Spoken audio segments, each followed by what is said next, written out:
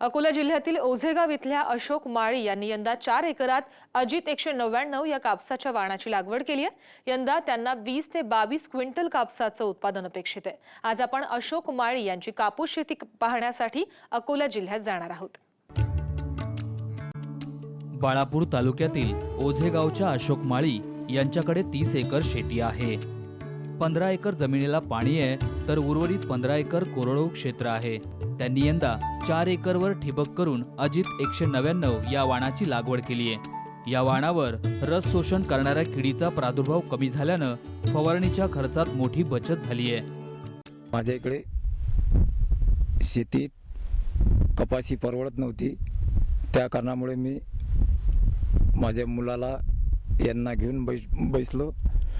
त्यानंतर त्यांनी सांगितले की मला यावर्षी पराठीच पेरायची आहे, ती पेरायची आहे तर अजित 199 पेरायची आहे। त्याच्यावर त्याचा माझा वाद झाला की कपाशीचं उत्पन्न घाट्यात येते। मुलाने जिद्द ठरवून मेहनत घेतली, ड्रीप आणली, ड्रीप लावली, लागवण केली, अजित 199ची पाकिट आणले। 4 एकर शेतीत ड्रीप लावून बागायती तयार झालं।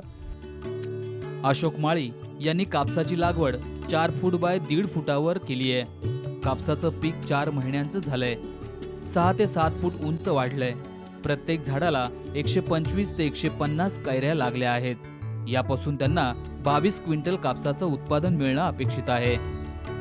आज रोजी बी तुमच्या बतान डोक्या एवढाली पराठी आहे, 50 ते 200 कैरी पक्की आहे आणि कपाशीचे बोंड फुटणे चालू झाले तरी रोगराई अजून बी माहीत पडत नाही। त्यासाठी आमच्या परिसरात अजित 199चा पेरा जास्त असल्यामुळे, नाहीतर मी 10 वर्षापासून पराठीचं पीकच पेरत नव्हतो। तूर आणि सोयाबीन, हरभरा, हायब्रिड हेच पीक घेत होतो।